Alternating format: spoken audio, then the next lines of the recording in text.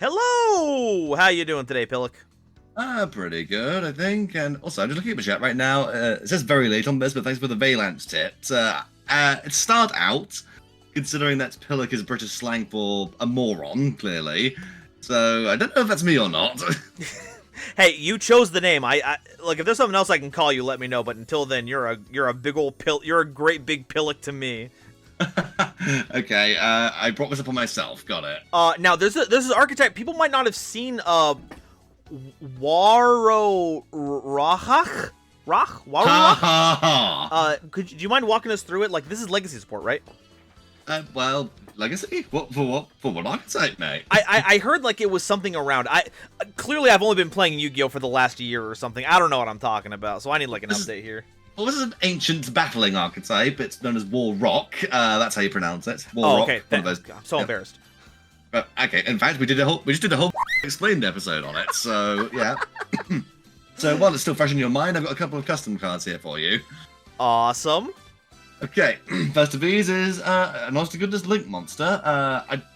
To be honest, I don't know what the naming convention is for the War Rock monsters, but I just went with Guado in this case. But, and it takes 2 non-link Warrock monsters to summon, so you just like throw down a Fortia and a Gactos, and there you go, easy peasy. Ooh, I like that. And then, sorry. Right, on link summon, it summons one of the materials back out of the graveyard. It doesn't have to be one of those materials specifically, but if you're going, if it's early game, chances are it's going to be one of those two. But as usual, you're not going to be able to attack directly with it, and you can't special summon monsters for the rest of the turn other than Earth Warriors, because I know quite a few people who craft FTKs, and I don't want them getting their hands on this, effectively. A warrior link monster, uh-oh. Yep, precisely. Isolde was not enough for them, apparently. It's never enough for these greedy... You know what, though, you've done, though? Go on. Goki is still completely available off of this. You haven't gone far enough. Oh, good grief. Oh, well. I mean, if it gets me a better versatility score on it, then I'm okay with that. Okay. In any case, go ahead. Now, you may have noticed that Warrock, it does a kind of little bit of everything through the battle phase. Like, say, if you manage to resolve one attack, they'll search you something, they'll pop back row, and on a get effect, they'll do your laundry for you, they'll cook your dinner, you name it, basically. But there's one thing that they don't do, and that's, it doesn't recycle anything, really. That's I think it's true. the only thing. It's the only thing it's missing. There's nothing worse than running out of mountains or running out of dignities when you need the grind game. I felt that. Yeah, but when you run out of dignities, then you're screwed, basically. So with this... Hey, I've been doing just well without dignity for years now. I can do it. I'm fine with that. Fair enough. In any case, this one is an after damage calculation effect, so ash-proof, as we went over. I can't be bothered to explain the ruling right now, but... Essentially, it's Info Double Knight Moji's effect, where it shuffles 3 Warrock cards from your deck into the from your grave into the deck into the grave. How does that work? Anyway, and also draws you a card, and then gives the complimentary 200 attack to all your Warrocks until the end of your opponent's turn. And well, nice and simple. What do you think of this one then? No, I dig it. It also kind of helps fix the Forsha problem. I guess technically now that I think about it, it doesn't, because if you didn't have a secondary card to make Guado with anyway, you're still stuck with the single Forsha. But just the idea that you have a monster that's bigger than Gactos to work alongside Forsha to give it that little extra push. And it can revive any Warrock, so like we said, it doesn't just have to be a starting play. It can just get you back Meteor Ragon in case it's stranded in your grave, and then you can punch with that. I mean... Oh, go ahead. Yeah, he doesn't... Guado does not enable medium lock up by itself, unfortunately, but that's the part of the course with Link monsters, sadly. And yeah, having a recycle to draw, chef's kiss. I love it.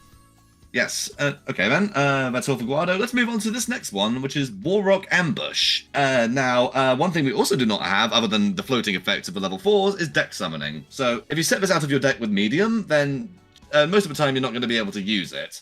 So, the first clause is just to get around that if your opponent makes you go first. And if a static radiation has taught me anything, it's that you kind of need to get to your important cards ASAP. Yeah, so, kinda. Yep. But in any case, what this card actually does is it summons a level 5 or lower Warrock monster from the deck, because just turning medium on immediately is a little bit nuts, in all honesty, so I don't want to go too far. But in any case, the monster you summon gets a stack, effectively, so it can punch a bit harder if you activate it in the battle phase. But as usual, no attacking directly this turn, and it also locks you out of everything other than War Rock monsters, because, again, stop trying to FTK, it's not fun to play, it's not fun to play against, just stop it. Yeah, Greg. Yes. My train of thought is now gone, it is derailed, sorry. But, well, that's going to be a problem, because we're not talking about Earth machines. We're talking about Earth Warriors. Anyway.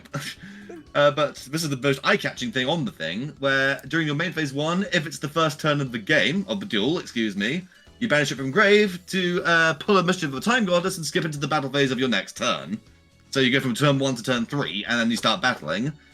However, if you do that, you can only attack with War Rocks, and your opponent doesn't take any damage, because I don't want to be a hypocrite without FTKing, you know? Huh. Yeah. Huh. I mean, it's just bonus, basically. Chances are that, ideally you don't want to activate that effect at all, but if your opponent makes you go first, well, there it is, effectively. Yeah, I'm gonna be honest, the first part was like, I was wondering why you weren't restricted to playing it during the battle phase like so many of the other cards, but now that I see that it has that grave effect to, like, you wouldn't be able to do it at all, it would be able to fulfill its function if that was restricted that way. That's really interesting, because yeah, it does solve the outstanding problem of not being able to access your effects going first, but it also, like you said, doesn't just kill your opponent. It's literally just there to enable your effects and nothing else. Effectively, yeah. So, so it's not the end of the world if you don't get it. If anything, it's better if you don't. But yeah. It's just it's there in case of an emergency. Yeah, I'm not going to complain about that one. This is really cool, actually. I like it. Okay. And because, like, Warrock, despite all the flack it gets, it is a very cool archetype. It's very refreshing to play if you're a little bit sick of the pace that Yu-Gi-Oh moves at nowadays.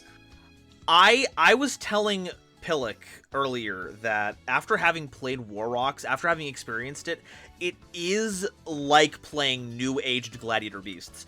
It solves a lot of their outstanding problems while still making the battle phase matter, which is one of the things that I miss about modern Gladiator Beasts, because they don't care about the battle phase anymore. Warrocks still do, and these cards definitely maintain that aesthetic, and I really like that.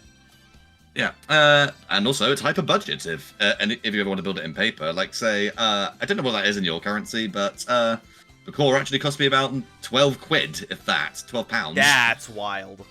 Yep. Meteor Dragon is also just really silly. Like, holy cow. He's nuts, yes. Like, people just gloss straight over him because, like, including Farfan, broke boys. Like, come on. I know Bash of the O's is really good, but still.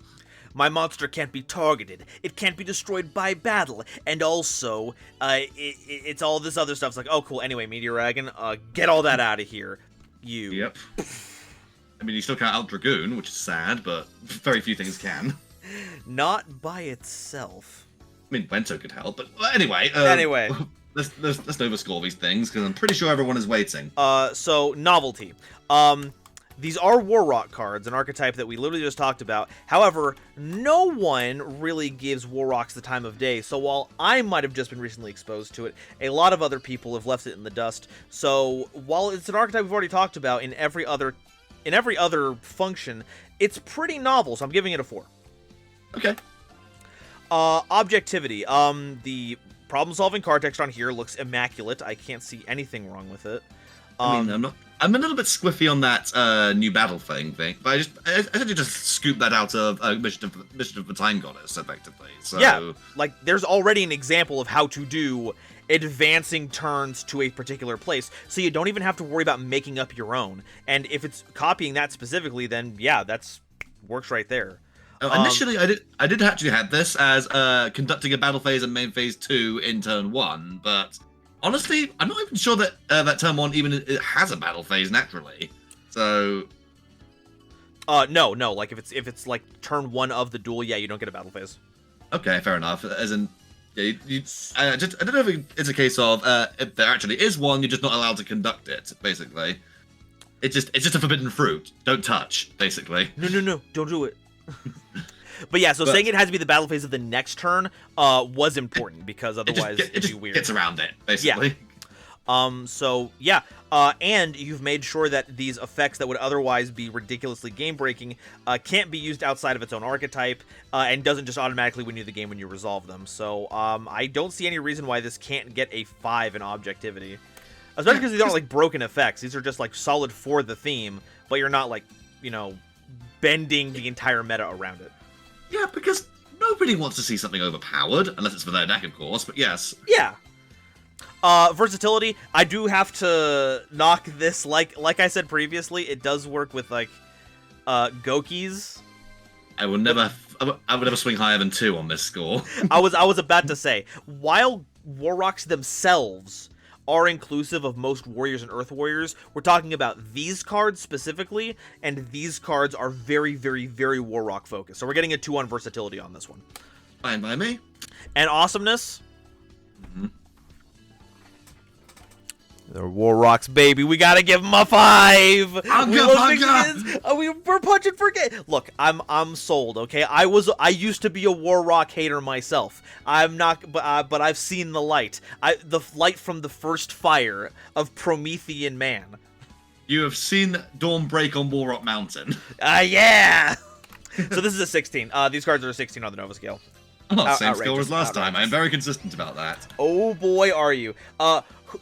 Thank you for following on the Orbital platform Who Stole My Beans? And also, Pillock, thank you so much for, on top of editing, just a fantastic video showing off your creativity and your wonderful cards.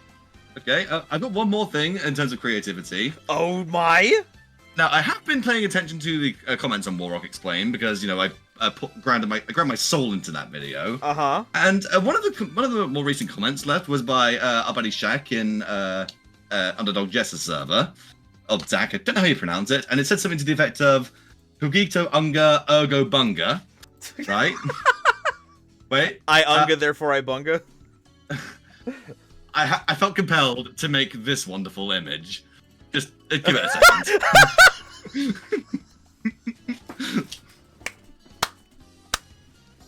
What have I done?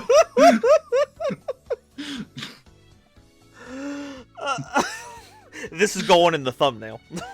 Okay, fair enough.